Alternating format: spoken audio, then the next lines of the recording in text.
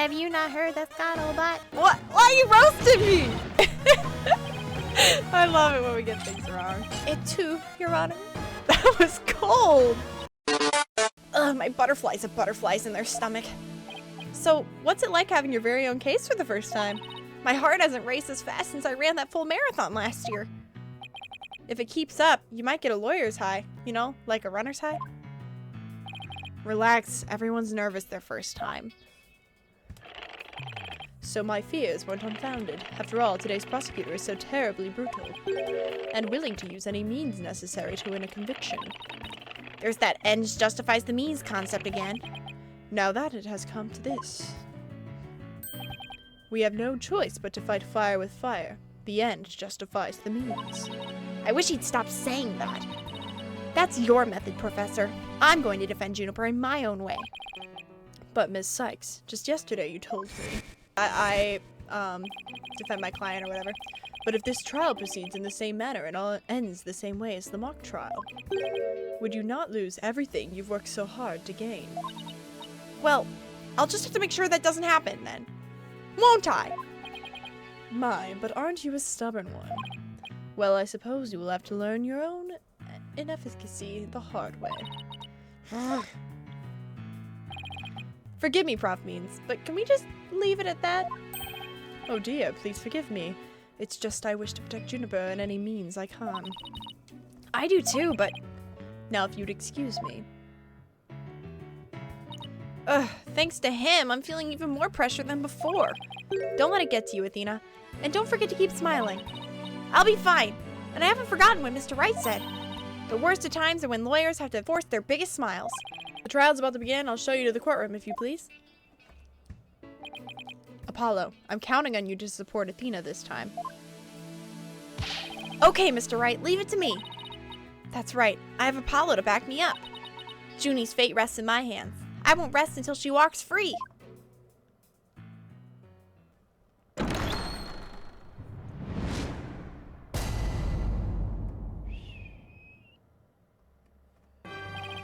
Court is now in session for the trial of Juniper Woods. Athena Sykes, defense team leader, is ready, Your Honor. That didn't sound very confident. You sure you're okay? I'll be fine. Your baldness. I know. As usual, you want me to deliver the opening statement. Hey!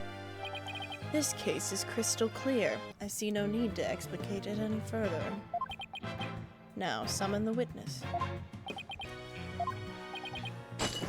Is there something the matter? Please do share your baldness.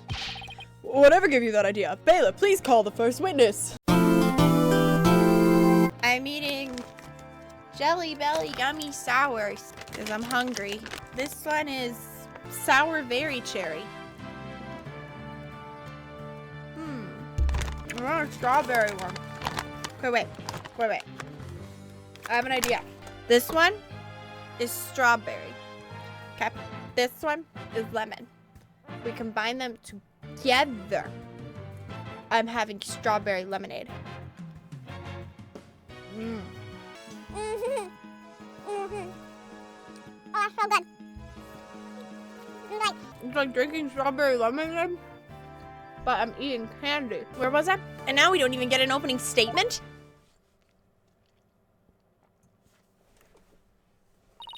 Detective Fulbright, he and Prosecutor Blackwell have become quite the team. Oh, right, the case brief. Leave it to me. Yes, let the detective in charge, everyone's favorite friend of justice, explain. What was that just now? It's like he and Blackwell are totally in sync. Well, I don't think they're capable of mind melding, if that's what you're thinking. All right, Detective Fulbright, would you please explain the case to the court? Prof Court's body was discovered on October 24th at approximately 2:30 p.m. She was murdered with this all I have here. The victim's blood and the defendant's prints were both discovered on it. Oh, no.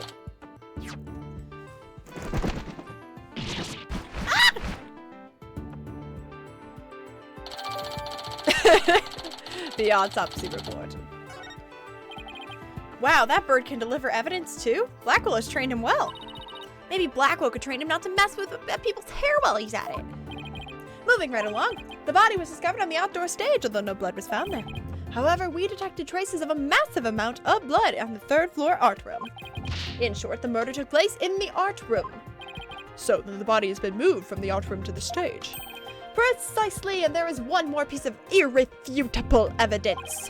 A recording made by a tape recorder that a school paper reporter hid in the art room. It captured a female voice screaming, "You're a goner!" What's this? You have such a recording? This is not good! Must be from that tape recorder Miriam mentioned. Why is this the first we've heard of a death threat at the moment of the murder? Shh! Silence, please! I would like to play the tape for you now.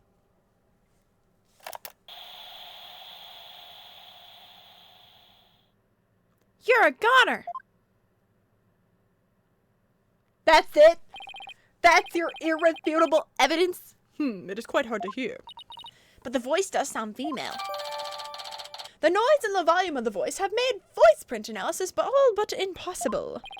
Then you haven't identified the voice as belonging to the defendant? Not so fast! After all, voice print analysis isn't everything! The victim was killed at night, then discovered in the afternoon the next day. The question is, when was the body moved?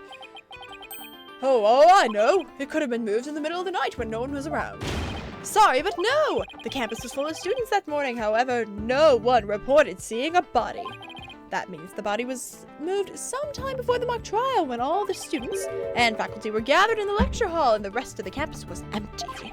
It was during the time Hugh O'Connor, one of the mock trial participants, found the body. So the prosecution heard about Hugh seeing the body. Wait one moment, if all the students and faculty were gathered in the lecture hall, then there wouldn't have been anyone who could have moved the body. Ha ha ha ha! Have no fear, for there is always an exception. An exception. The 3 mock trial participants were standing by in individuals' dressing rooms. They were the only ones who had free access to the deserted campus before the mock trial. What? Then that would mean... What would that mean? Those 3 students were the only ones who could have moved the body, and justice we trust. I don't like where this is headed, Athena.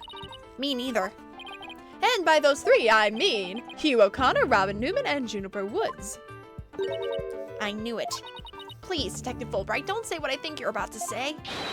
In justice we trust, I take it everyone understands now. The voice believed to be that of the murderer was female. And out of the 3 people who could have moved the body, just one is a girl. That leaves the defendant Juniper Woods as the only possibility. No! Oh boy. Impressive. He has you on the ropes even before any cross-examinations. You could at least pretend to be upset for me.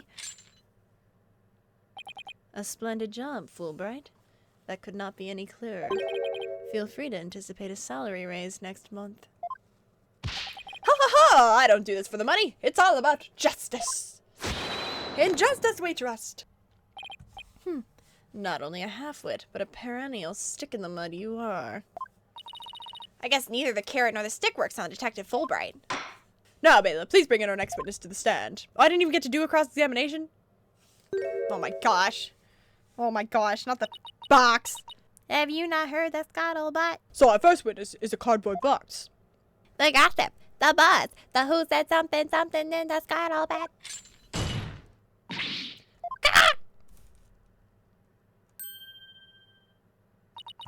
Stealth mode deactivated. Oh my, the box has hands. Smile, Your Honor. What the dickens? I've just had my picture taken. Miriam Scuttlebutt, senior at the Legal Academy. I'm a reporter on the judge course. Juniper Spin Bad Girl, I tell you all about her crimes. Might I ask whether you could come out of the box? How do I get any more scoops if I blow my cover? So the answer is no. After all, covert action is undercover reporters' bread and butter. But testimony from a faceless witness is highly irregular. A former ninja I met in the Clinks said that exposing those who work in the shadows is to pass the death sentence upon them. Oh my, I'd never thought of it that way. Very well, if it would spare a life, I'll make a special exception this time. A former ninja in prison? Holy Shinto! How can the judge believe this load of crock? Now, your testimony, please. Oh, but take care not to reveal your face.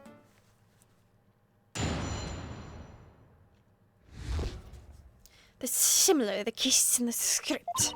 The murder happened exactly as Juniper's Mark's trial script. Up until the Mark's trial began, only Prof Court and Juniper knew of the script's content. But Prof Court's sudden decision not to use script sparked Juniper's murderous rage.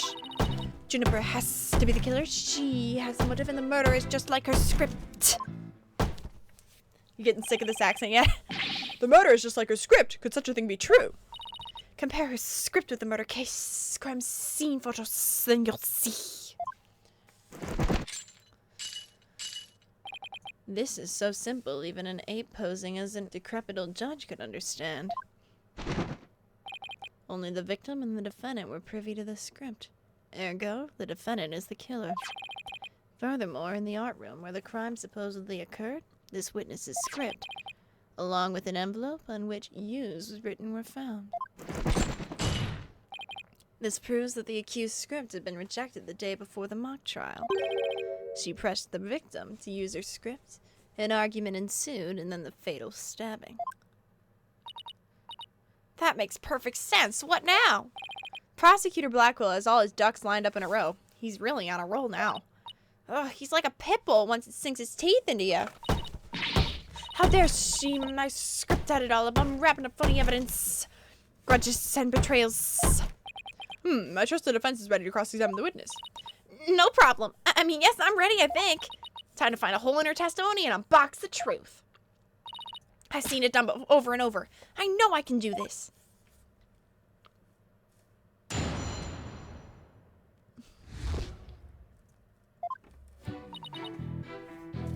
Okay.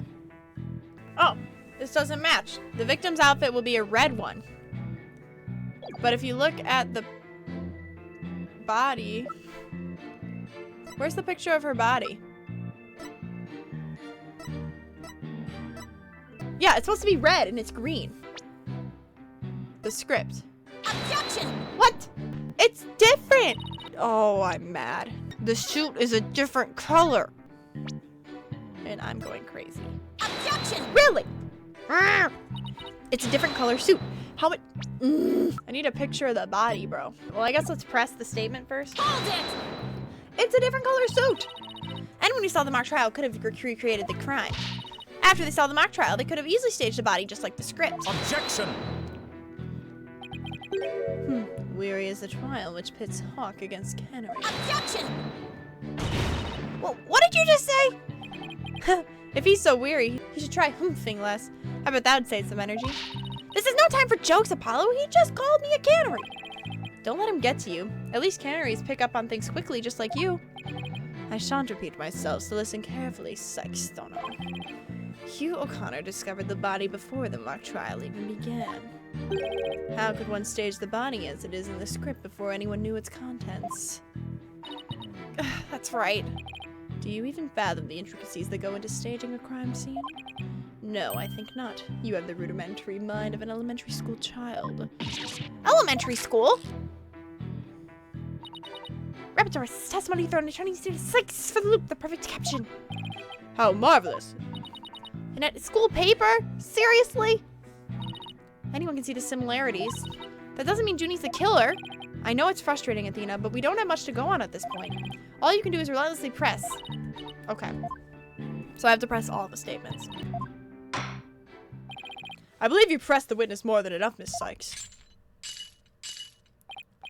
Now do you see how clear-cut my case is? Take it now, and in that fair, desperate mind of yours, etch it deep so you may never forget. No! Even my arguments get thrown back in my face. It wasn't supposed to be like this. What am I gonna do?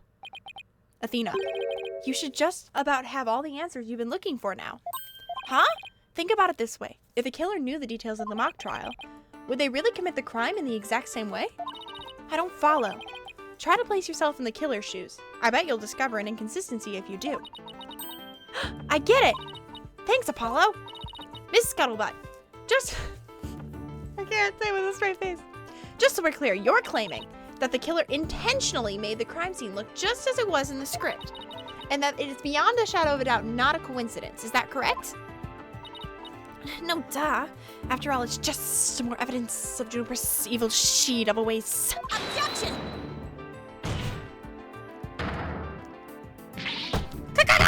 What's I say? What did I say? Our client made the crime scene look just like the script, something known only to her? That would be not just foolhardy, but completely irrational. What do you mean? Yes, Miss Sykes, please tell the court what you mean by irrational. It wouldn't make any sense for Junie to mimic her own script on purpose because it would... The murder scene was the same as it was in the mock trial script. That in and of itself is irrational. What's wrong with them being the same? Yes, Miss Sykes, care to explain what you mean? Okay, let's say for argument's sake that Miss Woods is the killer. If so, then what reason would she have to intentionally make the actual murder mimic her own script? That's easy. She was admitting she was the... That's right. If she had really done that, it would have been like proclaiming to the world that she was the killer. So what we actually have here is evidence of someone trying to frame our client. The body was found the day of the mock trial. In short, the day the details were revealed. So it would be completely inconceivable for the murder to go exactly like the script. Don't let it go to your head just yet. Objection! It would seem Justice Donno's comrade in arms has finally drawn her sword. However, the blade is dull and it shall remain so until you master its use. Enough with the stupid sword metaphors already. There is a perfectly good reason for the inconsistency of which you speak. Reason? What reason? Must I spell out everything?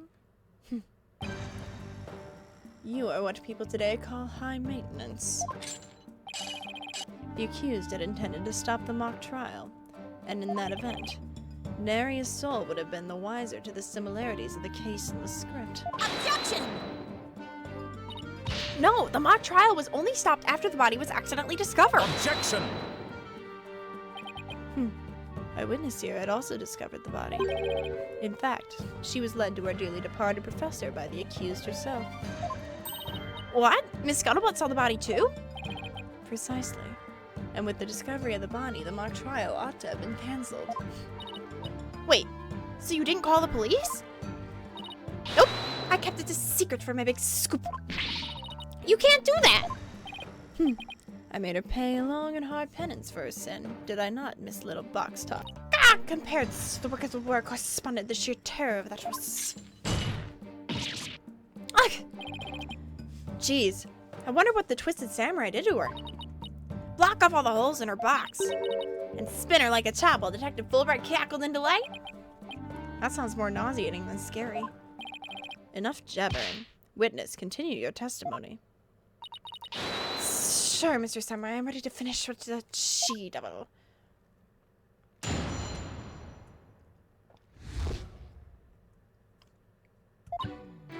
I snuck into Juniper's dressing room while everyone was in the lecture hall. Juniper had changed into her stage costume, and I asked her, "What are you doing?" When suddenly she fled the hallway as she wanted me to follow her.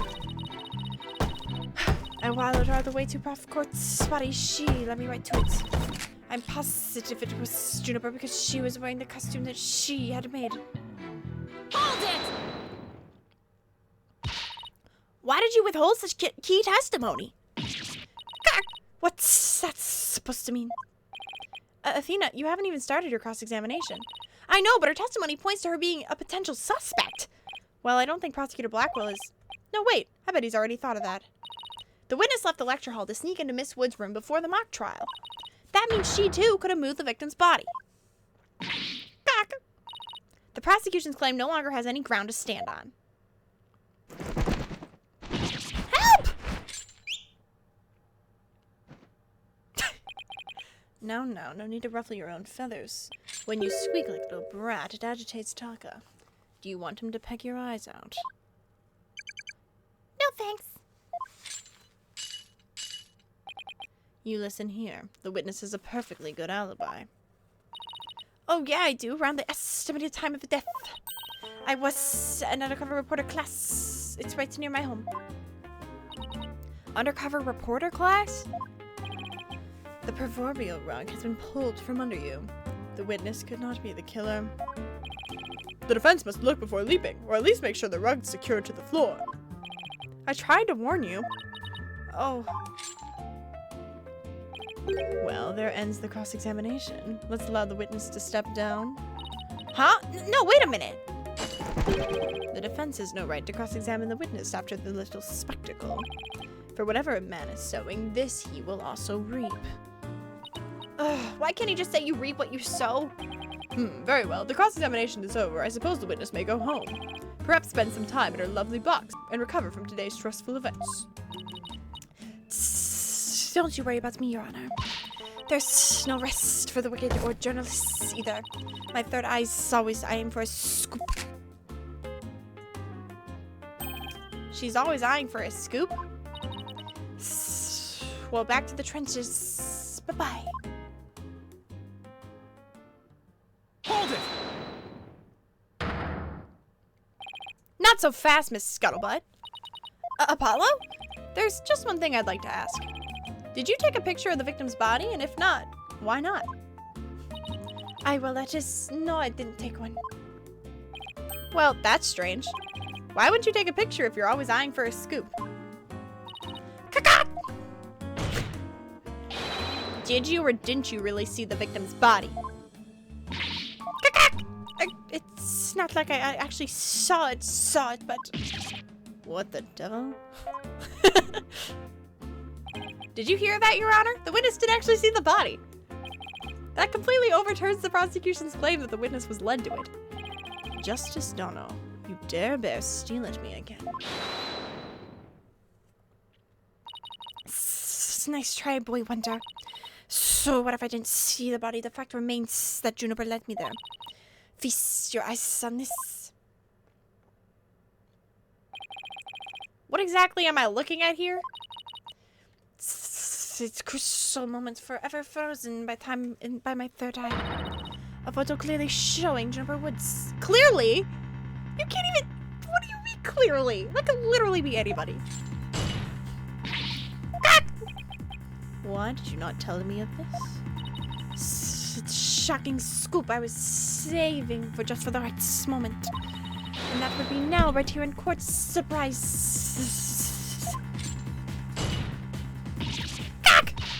What did I do? What did I do? All journalists keep their scoops secret until the right moment. She's pretty brave hiding from Blackwell like that. Or pretty stupid. Well, this is an unexpected turn. Athena, about this picture, see how it only shows the back of the subject? So then, right, who knows whether this photo showed Juniper in the first place? Objection! A completely irrelevant point. What is relevant here is there was someone who did try to lead the witness to the body. Take a gander at this. The route by which the accused escaped. The witness pursued the accused this way after she fled the dressing room.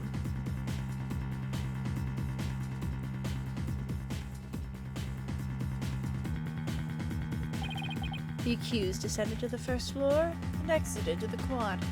Then what, Carton Crichton?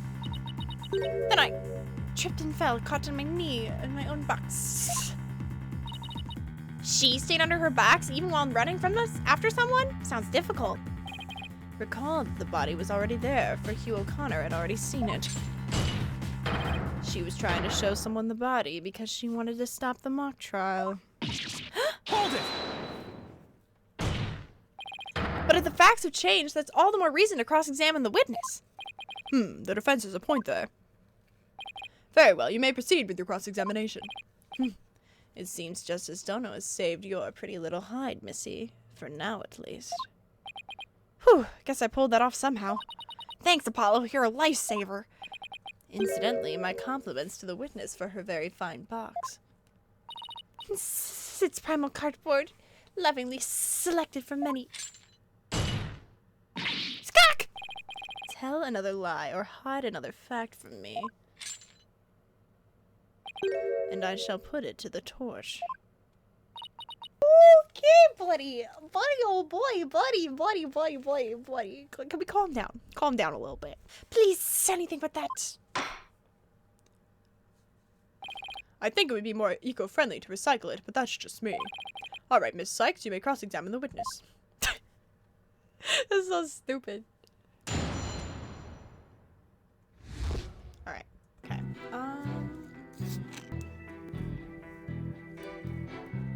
Glow from the inside. There's supposed to be constellations glowing. Paint inside a costume with fluorescent paint. Leave time to dry. Draw constellations on outside and make small holes according to this pattern. In the dark, the paint will shine through the holes, bringing constellations to life. There's no constellations. Objection! Like, duh. Miss Scuttlebutt's sole basis for identifying her client as the figure in this photo is the fact that it shows someone in Miss Wood's stage costume. Well, it is Juniper's costume, so that must be Juniper in it. It's clear cut. No, that's where you're completely mistaken. What? This is a design drawing of our client's stage costume. Oh my, what a wonderful creation. The constellations are extraordinary. I'm glad you noticed, because those stars are precisely what's important here. In the drawing, there are constellations all over the outside of the costume. But there's not a single star in the costume in the photo. Oh, that means what exactly?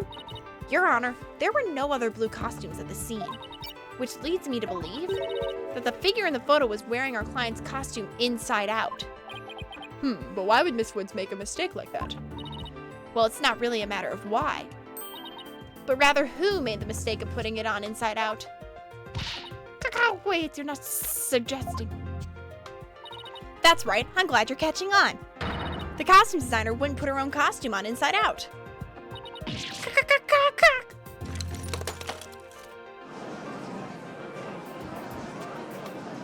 she wearing knee pads? Sorry, Miss Scuttlebutt, but doesn't believing you had a scoop when you really didn't make you a failure as a reporter? A failure as a reporter?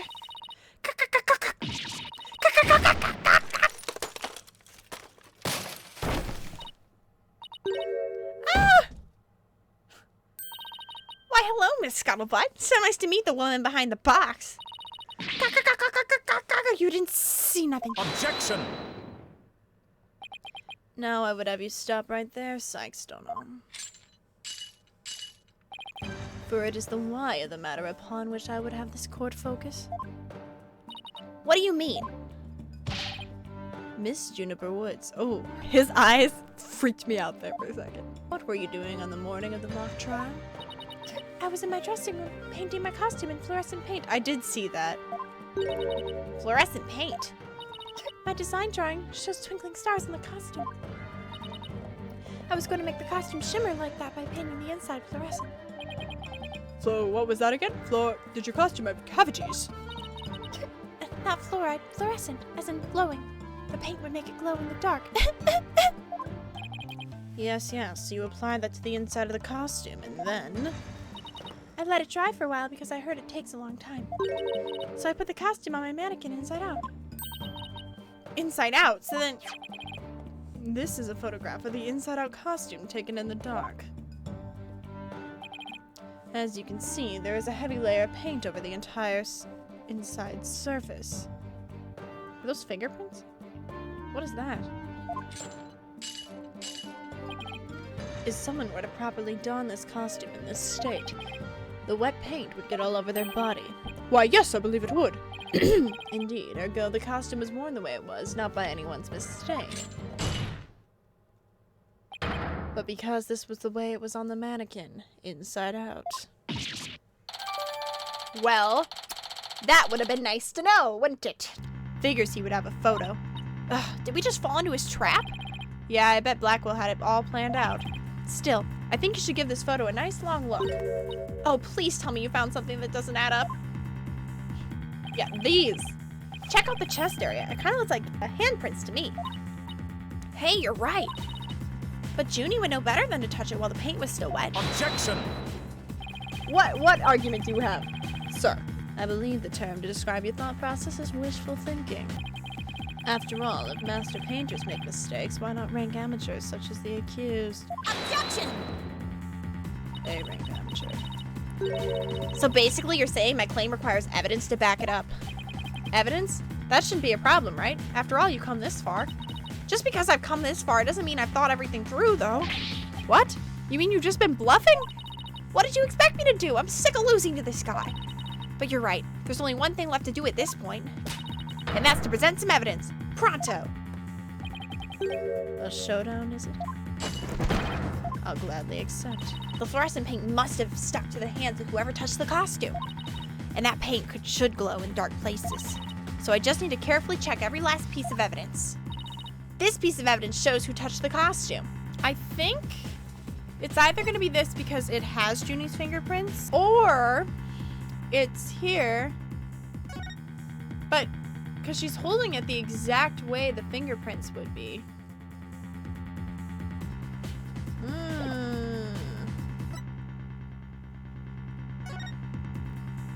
I really have no idea what they're trying to get at here. Take that! A school newspaper. Interesting. Take a look at the photo where the lights are dimmed and the spotlight is on Miss Woods. Oh my gosh, I'm so stupid. It was because his hands are glowing. I was wondering about that, and I was just like, that's a weird photo effect. Okay. I feel really dumb. That was so obvious. Observe Mr. Newman's hands in the photo as he stands at the prosecutor's bench. As you can see, it's glowing, just like Miss Wood's fluorescent paint. It is glowing. Quite brightly, I might add.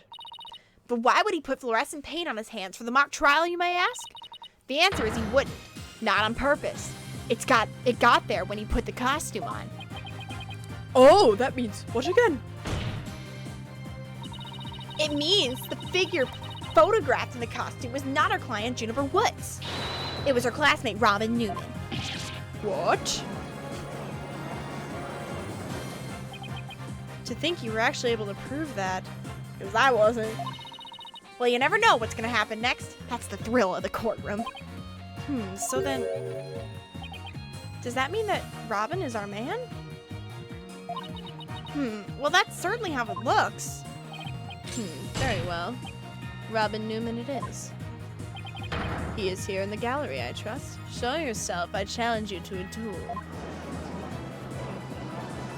Oh no, now I gotta shout.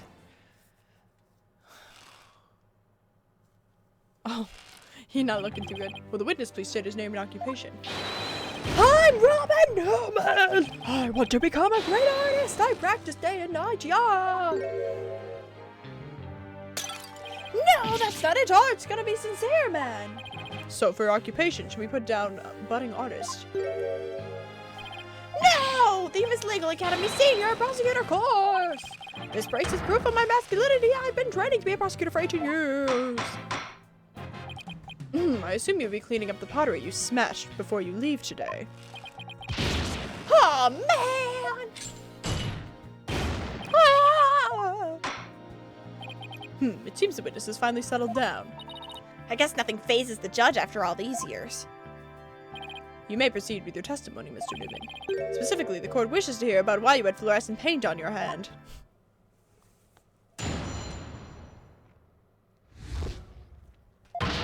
I went to see Juniper in her dressing room, but she wasn't there. When I walked by the floor of the costume, it was like, whoa! The mannequin it was on, it was about to follow me. I got that paint on me when I caught it. I never put it on. That's just stupid. Hold it! Your Honor, I recommend a short therapy session for the witness. Well, Mr. Newman does seem particularly agitated, but... Hi! Ah, no! Not again. What's his problem? I sensed the moment Robin took the stand. The discord in his heart. So you think he might be hiding something? Probably. You ready, Mr. Newman? Let's see what the mood matrix can do for you. I recommend therapy.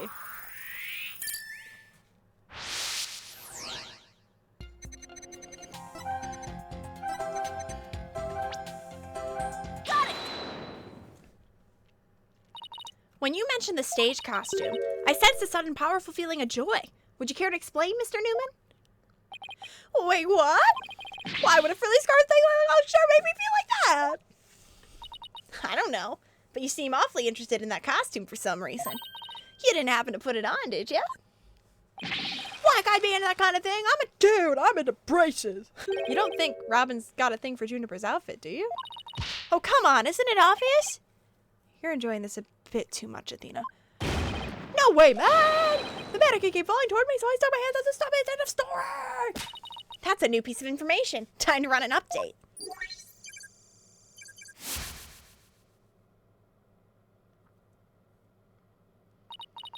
Even after that update, something doesn't feel right here.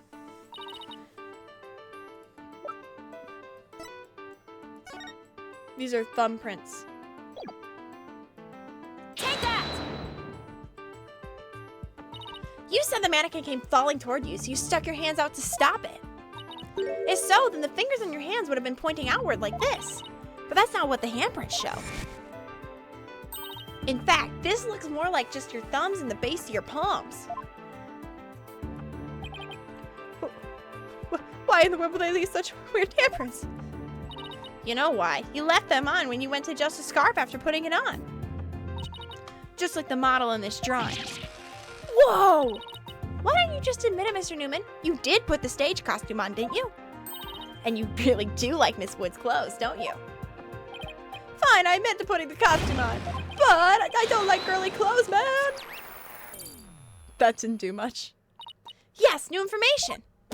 Then time for another update.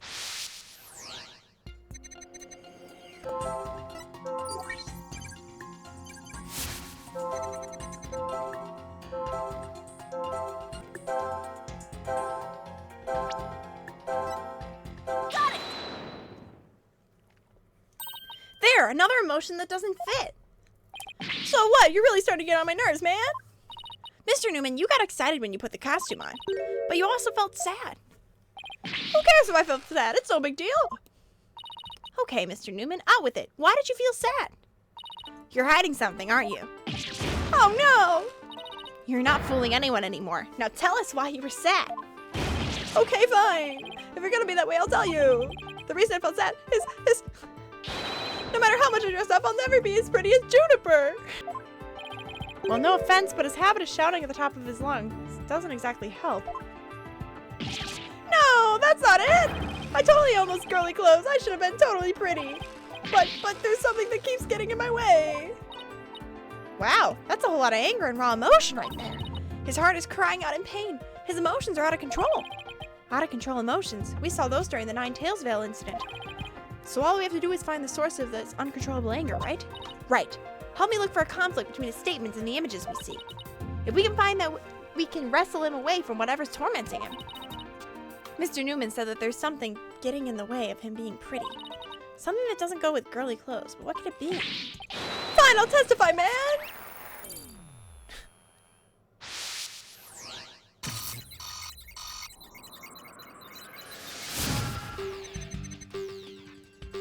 I snuck in knowing the costume was in there. My heart was pounding even though I'm a guy.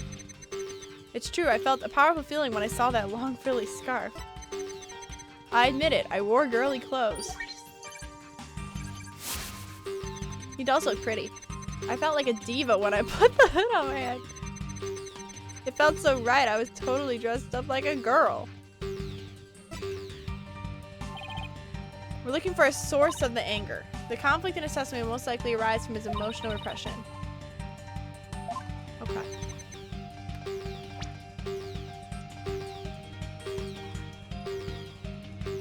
Got it! Mr. Newman, you feel a great deal of anger towards your brace, don't you? Is that what you feel is holding you back from being as pretty as you think you should be? Huh? What? Mr. Newman, the truth is you really want to take that brace off, don't you? No way, man. This is symbol of masculinity. I could never take it off. Is it that you can't take it off or that you don't want to take it off? Oh, man. I should have got my big mouth shut. This is really weird. He exhibits intense anger towards his brace, which he calls a symbol of masculinity. But he can't take it off, not even when he's trying to look pretty. What could be at the root of his complicated relationship with his brace? I have a feeling we're on the verge of uncovering an earth-shattering secret. Athena, you okay? It seems Robin is still holding a secret, a big one. bigger than the fact that he's secretly jealous of Juniper's looks? Yes, at least I think so. No, it can't be. I just thought of something, but it's totally insane. Mr. Newman, What? I'm onto your little secret, and if I'm correct, it's not very little at all, it's huge. This sounds completely insane, but it's the only possibility left. You're a girl? Is Newman a girl? Is Newman a girl? Mr. Newman, or should I say Miss Newman, you are and always have been a girl. What? Have you lost the plot, Athena? No, I'm completely serious. I don't have any direct evidence. But that's what Newman is shouting out loud and clear. Hold it! I still think you've totally lost it. I mean, Robin reeks of testosterone. How could he possibly be a she? I, for one, have never seen a girl who shouts like a maniac all the time. Oh. I've seen plenty of witnesses in my day. But if he's a she, then she's the most convincing actress I've ever encountered. Therefore, let me pronounce my verdict. Robin Newman is without a question a man. Hey! Oh! You are now truly Justice Dono's equal in one area. You are just as equally insane. Never in the history of this planet has there been a finer specimen of the masculine spirit. I'm calling bull. Edgeworth exists.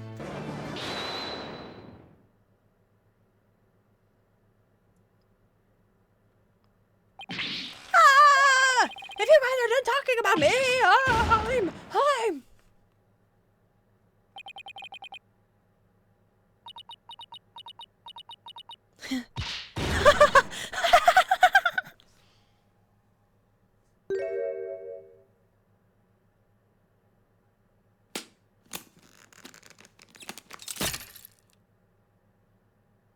What is going on? The brace! It's...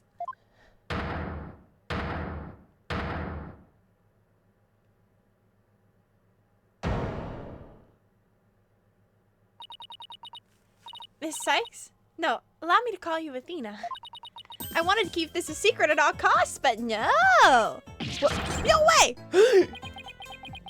Surely this must be kind of jest.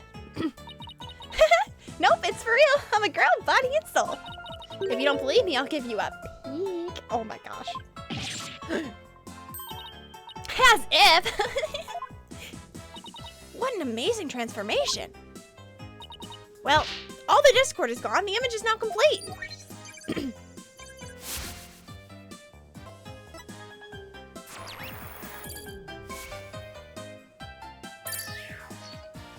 Bye-bye.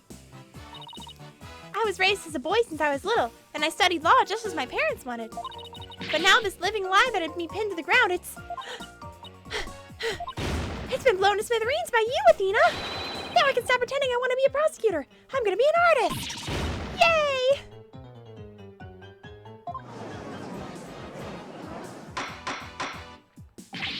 Order! What a shocking development. He really did turn out to be a she. Why is everyone looking at me like that?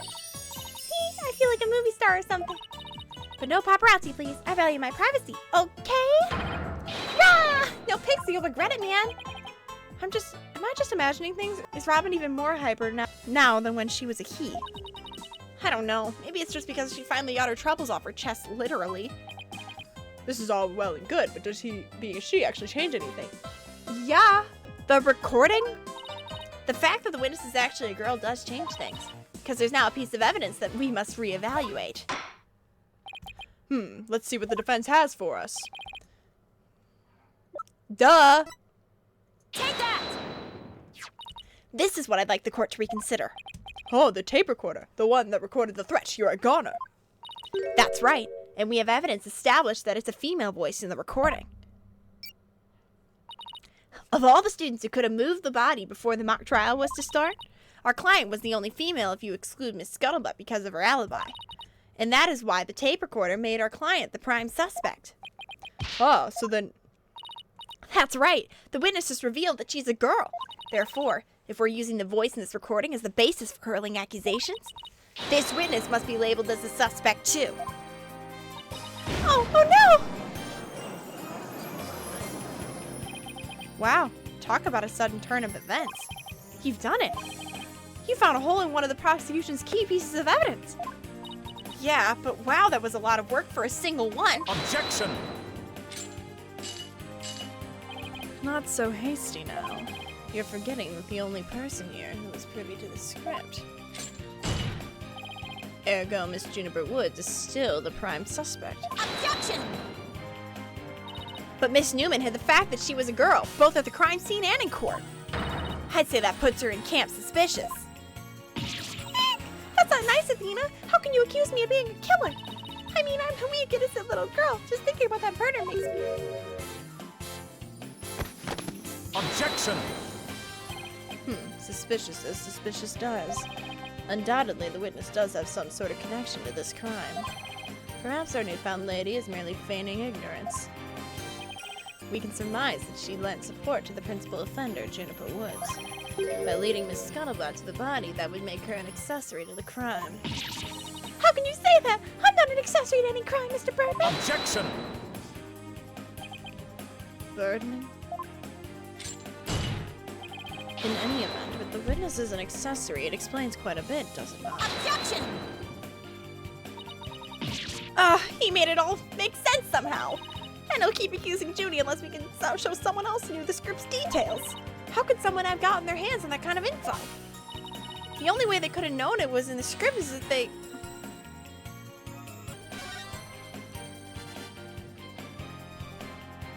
Sorry, Junie, but you're not going to like this. Our client may have leaked the script's details to someone. What the devil? And I know I shouldn't have, but I revised the script to favor the prosecution. But Prof. Court noticed it immediately and changed it back. Miss Woods did not want Hugh O'Connor to win the mock trial. That's why I believe she leaked the details to the witness, Robin Newman. I get it. If Robin won, Hugh wouldn't be able to confess to Juniper. Right. Junie was probably trying to keep their friendship from becoming awkward. How could you, Tina? What a bunch of bull! Hey! I never heard a word about the script from Juniper. Never ever. Objection! You sure? Can't you look me in the eye and swear you didn't? Out, Athena! You don't have any evidence!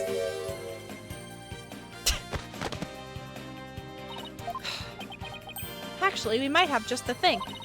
Really? Yeah. One of Robin's lines I read when we were reenacting the mock trial. Here's a shot of the crime scene. Ironically, it was Prof. Court who posed as the corpse. Air forehead, how did the mock trial participants react to this photo? Mr. Newman was surprised by what Prof. Court was wearing. Yeah, because the suit color didn't match. Robin said, "Oh, the green sweatsuit." Sure. I might have said that, but so what? Well, think of it this way, Athena. Yeah, which way exactly? If I told you that I'd be wearing a blue suit today, but then showed up wearing what I got now, what would you say? Oh, the red suit. I think I've got it. Your Honor, we have evidence proving that Miss Newman knew the context of the script. The defense moves to present said evidence to the court. Very well, present away. Take that! The mock trial script. Miss Newman, during the mock trial, you were shown a photo of the victim's body. And reportedly, you reacted by saying, "Oh, the green sweatsuit." Oh, yes, I said that. What's your point? You seem to have some issue with the green sweatsuit, and I think I know why. The proof is in the script, specifically on the things to prepare page. Sweatsuit. Victim's outfit will be a red one from the prosecutor course. You were surprised because the sweatsuit in the photo was green. But if you didn't know about the script's content, then that shouldn't have surprised you. No! I thought we were friends, Athena. How could I be so blind? In light of her privileged knowledge, I move to declare Miss Newman a suspect, Your Honor. You what?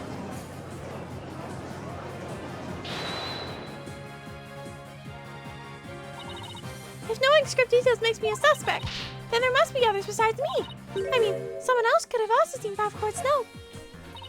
Note? What note? The professor and Juniper were working together to prepare for the mock trial, but only one copy of the script was made to prevent it from being leaked. But that gets kind of inconvenient, right? You're not seriously going to suggest... But it's true. Press Court did do exactly what you're thinking. She didn't write down any of the proceedings on the trial behind the case, but she did write a note to herself about the props and details about the victim's body. B-O-D-Y. Is this really true, Miss Newman? If you don't believe me, send the police over to my house. Tell them to check the pictures on my camera. I thought it might give me an advantage. So I took a picture of the note. I'd say she's telling the truth. Wait a sec. If there's a note with details about the body, then that means there are others who could have made the murder look like her client's script. Yes, I believe you're right. Apparently this case isn't as clear-cut as Prosecutor Blackwell would have led us to believe. I did not read that right. This new revelation blasts a big fat hole in the prosecution's case. Objection! Bully for you, Missy. But don't think this spells victory. And why not? The battle is still young and my blade is now fully drawn. Between it and my next witness, your life will be forfeit. So put away your wooden sword and show me what you are truly capable of if you wish to live. You want it? Don't worry, I'm gonna bring it. There's more. Oh gosh. I already said I want nothing to do with this trial. How juvenile. It is not a matter of what you want, for you will cooperate, Hugh O'Connor. Prosecutor Blackwell, why have you called this witness? You will recall that the day before the mock trial, in short, the day of the murder, the accused testified she left the home around 6 p.m. Yes, my notes do confirm that fact. Right. Our client wasn't at school at the estimated time of death, so she couldn't be. Objection! Yeah, that is but a malicious lie. Just... Not true! Or am I mistaken, Golden Boy? I have no intention of saying anything more. Now, if you'll excuse me. Hold, I'm not through with you yet. Huh. It seems the rogue prosecutor has it out for me. Leave and we might discuss you know what. No, wait. One little statement and Mr. Cool loses it? What's that all about? I changed my mind. I'll stay and testify. Are you sure, Mr. O'Connor? The word of a genius is as good as gold. Let's get on with this. Hugh O'Connor is senior at Famous Legal Academy. Lawyer course, how's that? Just fine. Your testimony then, if you please. You're up against the top of the class now. I'd be careful if I were you. I know Junie would never lie like that. That pompous schoolboy won't know what hit him. What is he carrying around right now? To get mentally prepared for the mock trial, I meditated at the archery range until 7 p.m. At around 7:15, I went to the main building before going home. That's when I saw Juniper. We didn't say much as we passed by each other. She seemed her usual self. That's it. Anything else you'd like to ask? That is quite enough. Well done, Golden Boy. The final bell rings at 7 p.m., at which point the campus is a desolate place. Now, you recall the tape recorder. We know the time of the voice recording. It was 7:10 p.m. the day before the mock trial. That was the dark hour of this heinous crime. Do you have any proof of that? As its final bell, this school plays a special broadcast when the clock strikes 7. The female voice in the tape appears 10 minutes after that broadcast. The killer waited till the school was empty to spring her devious and deadly trap. When the witness saw the defendant, that would have been... Indeed, it was 5 minutes after the voice was captured on tape in the art room. Ergo, we know that the accused was still in the main building even after the killing. So the time of the murder, the time of when the body was moved. Great, another inconvenient testimony. Miss Sykes, your cross-examination. Okay.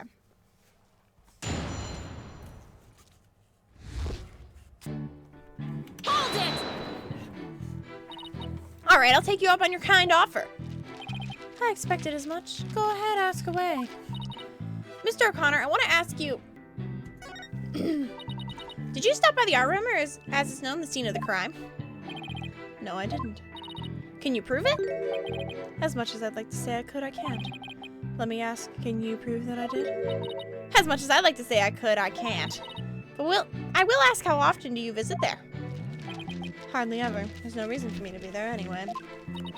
There's no reason for you to be there? Is there an echo in here? If something's bothering you, I'll just add it to my testimony. How considerate. Thanks for noticing. Let's add your statement. Wait a minute. Meet with Hugh about that report. Wait, it's Hugh O'Connor, right? Wait a minute. Tell the court what you were doing on October 23rd, the day before the mock trial. That's an easy one. Nothing in particular. Nothing at all? You didn't help with the preparations? You don't get it, do you? I was merely playing the role assigned to me. I left the preparations and the like to others. My job was to be mentally prepared. Junie put her heart and soul into getting things ready, while he was just sat on his behind? Just to reiterate, I spent most of my 23rd meditating at the archery range. I didn't talk to anyone until the school closed at 7 p.m. I suppose a few archery club members did come and go while I was there.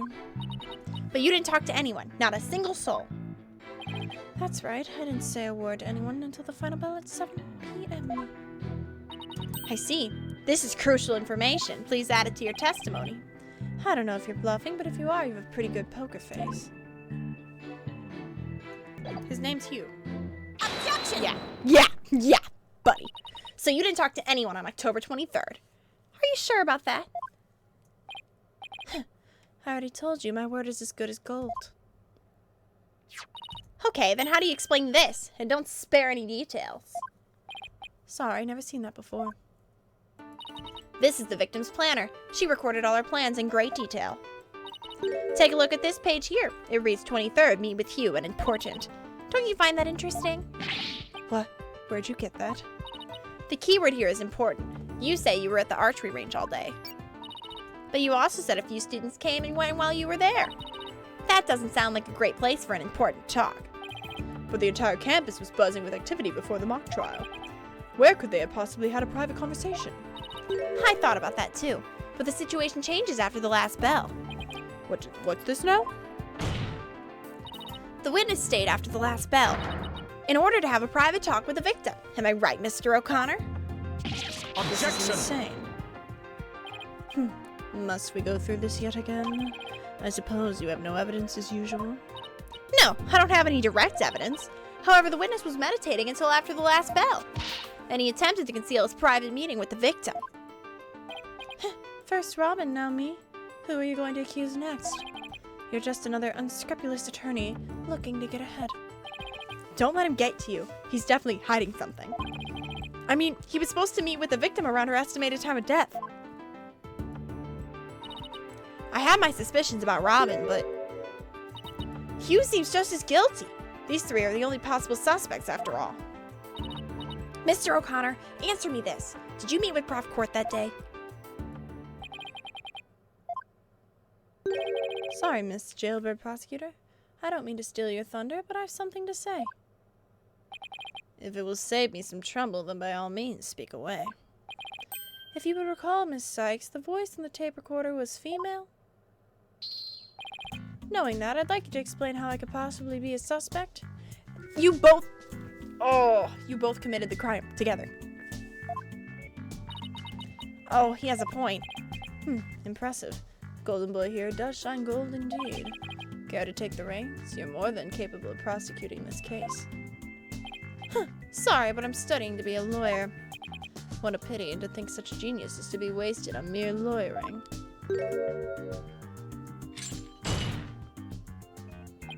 At last, your moment is here, Sykes Donald. Time to refute Golden Boy's statement and prove that you're the young prodigy worth of the badge in your label. Could he lay on any more pressure? The voice is unmistakably female, so there's the point in arguing about that. Yeah, you're right, in which case, to whom does the voice in the tape belong to?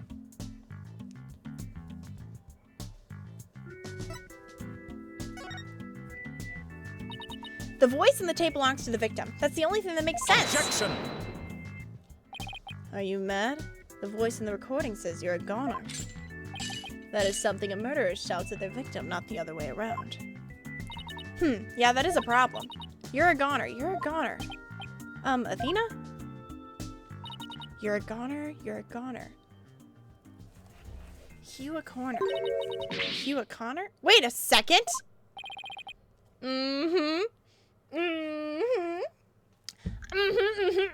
Whoa, Athena, you're scaring me here. You're scared? I'm terrified for even coming up with this. With what? Prosecutor Blackwell, you wanted to know if I'm worthy of my badge. Well, I'm about to show you why. Despite my age, I can wear it with pride. Oh? Then can I take it you won't be changing your argument? Still, it stands that it's a bit odd for the victim to be the one yelling you're a goner. I agree if that's what the victim was saying, but it's not. I assume you have something to back up your assertion.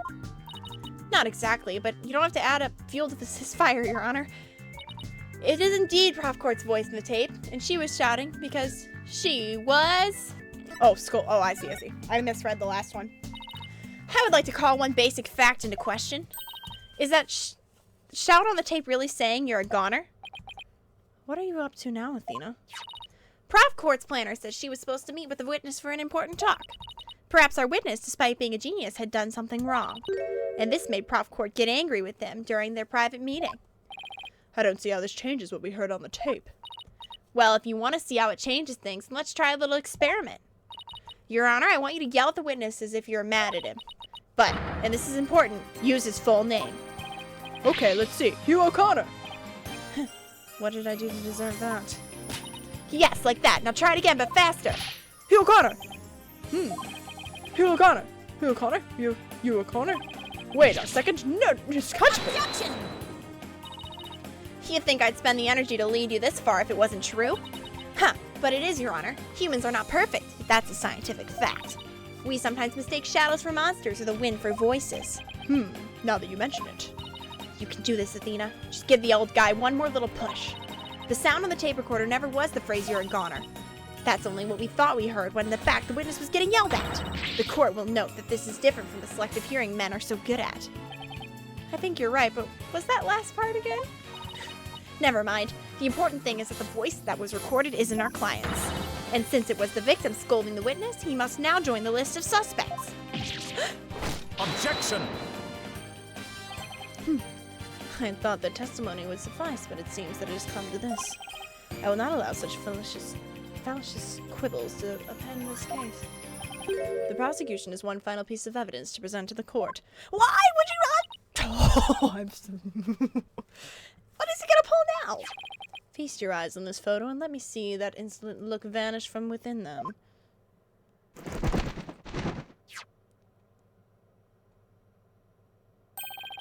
Let's see here. Oh, it's a picture of the defendant and the victim. The photograph shows professor and student preparing for the mock trial together. Wait, was this taken in the art room? The room where the murder occurred? Indeed it was, but the revelations do not need there. Do you see the clock on the wall? It reads 7:05, a mere 5 minutes before the voice was recorded on the tape. What? The accused brutally stabbed the victim to death 5 minutes after this photo was taken. Why did you not present that right away? It seems the defendant's culpability in this crime is quite obvious. Junie was with Prof Court just 5 minutes before she was murdered? What now? Nothing I say can change that fact. Understand now? You can believe in your client all you wish, but try as you might. Such misplaced faith will inevitably be cut down before the cruel, steely blade of truth. Listen, Missy. The person you'd like to save more than anyone else in the world? I'd be willing to wager that your defense isn't what they desire. But I became a lawyer so I could... You still fail to understand?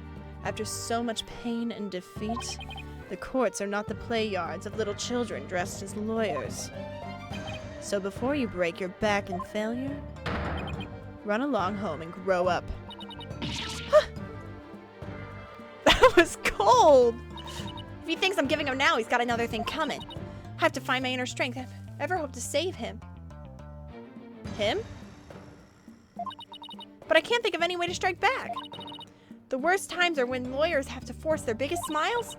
That's impossible. How could I smile under these circumstances even if I forced it? This is badder than bad. Who knew Blackwell had that one waiting in the wings? Why didn't the Twisted Samurai just present it at the beginning? Wait, maybe this was his real plan? Was he trying to show me how weak and powerless I am? Maybe he's right, because I really haven't got a clue. Who's the real killer? Who murdered Prof. Constance Court? Robin Newman, a girl who had been forced to live a lie as a guy? Or was it Hugh O'Connor, the honor student who had met with Prof. Court? There seems to be little reason to debate the defendant's guilt. Time for verdict has come. But why would you wait to present it unless there's a problem?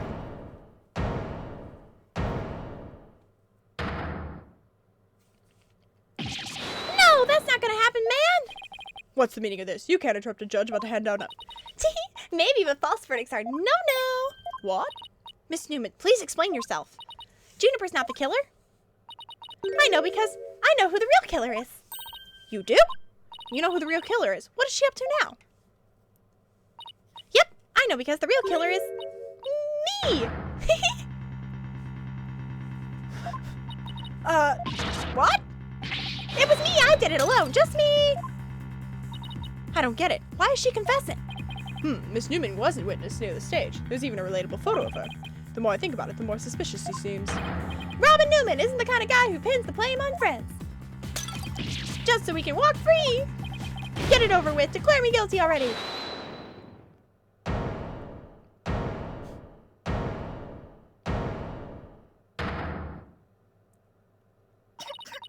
Please wait.